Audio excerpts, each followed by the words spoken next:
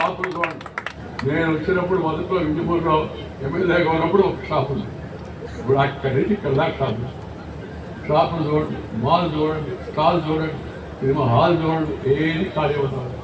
Restaurant పైన restaurant పెడతారు. హైదరాబాద్లో, నెల్లూరులో ఆ బిర్యానీ, ఈ బిర్యానీ, వండిన బిర్యానీ వండేసిన తర్వాత వండించే బిర్యానీ పెట్టుకుంటే జనం ఉదాహరణంటే డబ్బులు లేక కాదు, ఉన్నాయి.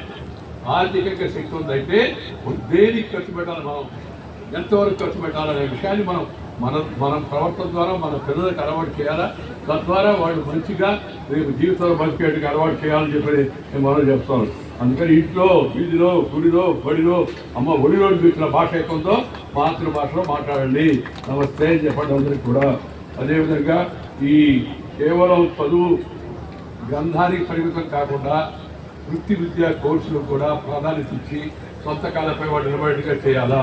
నేను జీవితంలో ఇప్పుడు వివిధ బాధ్యతలు నిర్వహించిన తర్వాత ఇప్పుడు కూడా చిన్న పని చేస్తున్నాం మా అమ్మాయితో కలిసి. ఆ స్వర్ణ భారత ట్రస్ట్ నెల్లూరులో, విజయవాడలో, హైదరాబాద్లో నడుస్తూ ఉంది. రేపు నెలాఖరికి 25 ఏళ్ళు పూర్తవుతాయి. వచ్చే నెల మొదటి వారంలో ఆ ఉత్సవంలో పాల్గొనడం కోసం ఉత్తరప్రదేశ్ ముఖ్యమంత్రి శ్రీ యోగి ఆదిత్యనాథ్ గారు నెల్లూరు వెంకటాచలానికి వస్తారు. మన ట్రస్ట్ ఎంత సంతోషంగా ఉండడం తృప్తిగా ఉంది. మనం సంపాదించండి, నేను కాదన్నాను. పెంచుకోండి, పంచుకోండి. పంచుకుంటే మాత్రమే ఉండి పెంచుకోకపోతే పంచి కూడా మిగలదు. పంచడం అలవాటు పెంచడం కానీ అలవాటు లేకపోతే ఏమవుతుంది చూడండి. కాబట్టి దయచేసి ప్రతి ఒక్కరి జీవితంలో కొంత కష్టపడండి, కొంత పైకి రండి. వచ్చిన తర్వాత మీ తోటి వాళ్ళకు కొంత సహాయం చేయండి.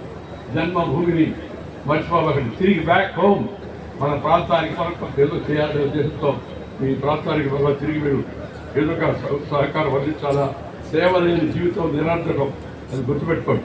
నువ్వు చనిపోయిన తర్వాత కూడా గుర్తుపెట్టుకోవాలంటే వాడు ఏల్చూరు రంగనాథం గారిని గుర్తుపెట్టుకుంటున్నాం, రాజా సత్యనారాయణ గారిని గుర్తుపెట్టుకున్నాం. ఎందుకు చెప్పండి? వారు మంచి పని చేశారు. మీరు కూడా మంచి పని చేస్తే మీ జీవితంలో మీ తర్వాత కూడా మనం గుర్తుపెట్టుకుంటాం ఎవరైనా. ఆ ఉద్దేశంతో నేను ఇప్పుడు స్వర్ణ భారత ట్రస్ట్లో కూడా ఈ 3 దగ్గర కోర్సులు పెట్టి 1,00,000 మందిని ఉద్యోగ అవకాశాలు కల్పించాం.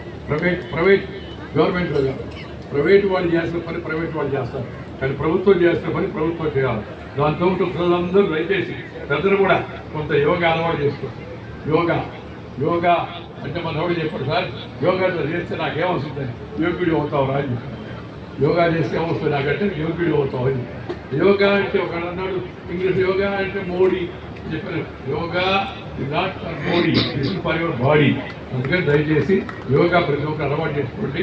మానసిక క్రమశిక్షణ వస్తే మెదడు కూడా సరిగా పనిచేస్తుంది. శరీరం ఆరోగ్యంగా ఉంటే మెదడు కూడా ఆరోగ్యంగా ఉంటుంది. Physically fit, mental alert. ఈ విషయాన్ని అందరూ ప్రతి విద్యార్థులు అమ్మాయిలు కూడా రోజు కనీసం అర్ధ గంట యోగా ధ్యానం చేయడం అలవాటు చేసుకోండి జీవితంలో. యోగా అనేది మన భారతీయ ప్రపంచానికి ఇచ్చిన అద్భుతమైన వరం. ఇది కేవలం దేహ దారిద్ర్యానికే కాదు, మానసిక ఏకాగ్రతకు, ఆధ్యాత్మిక సమతుల్యతను ఇస్తుంది. ఆరోగ్యకరమైన శరీరంలో ఉండే ఆ ఆరోగ్యకరమైన మనసు కూడా ఉంటుంది. అందువల్ల శారీరక దృఢత్వాన్ని ఇక్కడ నాకు ఒక విషయం గుర్తు వస్తుంది. ఈ భైరవరం గురించి పక్కన ఇక్కడ నర్సారి కొందరు ఉండేవాడు మాతో పాటు నెల్లూరు ఆర్ఎస్ఎస్. మేమందరం కొంచెం ఎక్సర్సైజ్ చేసేవాడు. ఆయన ఎక్సర్సైజ్ చేసే ఉదయాన్నే లేచి గోడలు కొడుతుండేవాడు.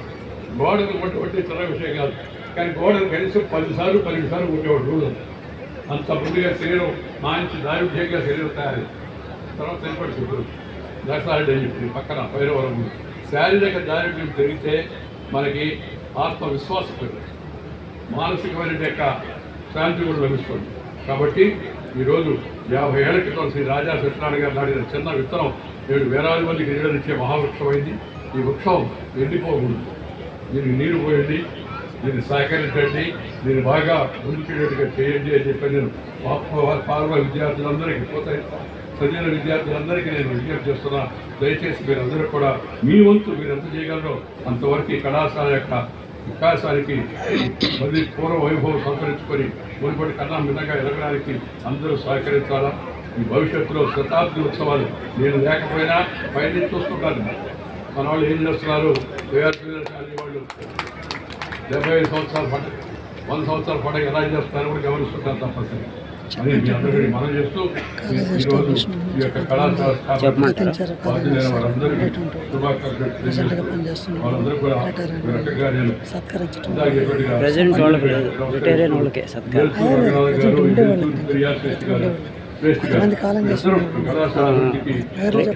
రెగ్యులర్ వాళ్ళకి. అందువల్ల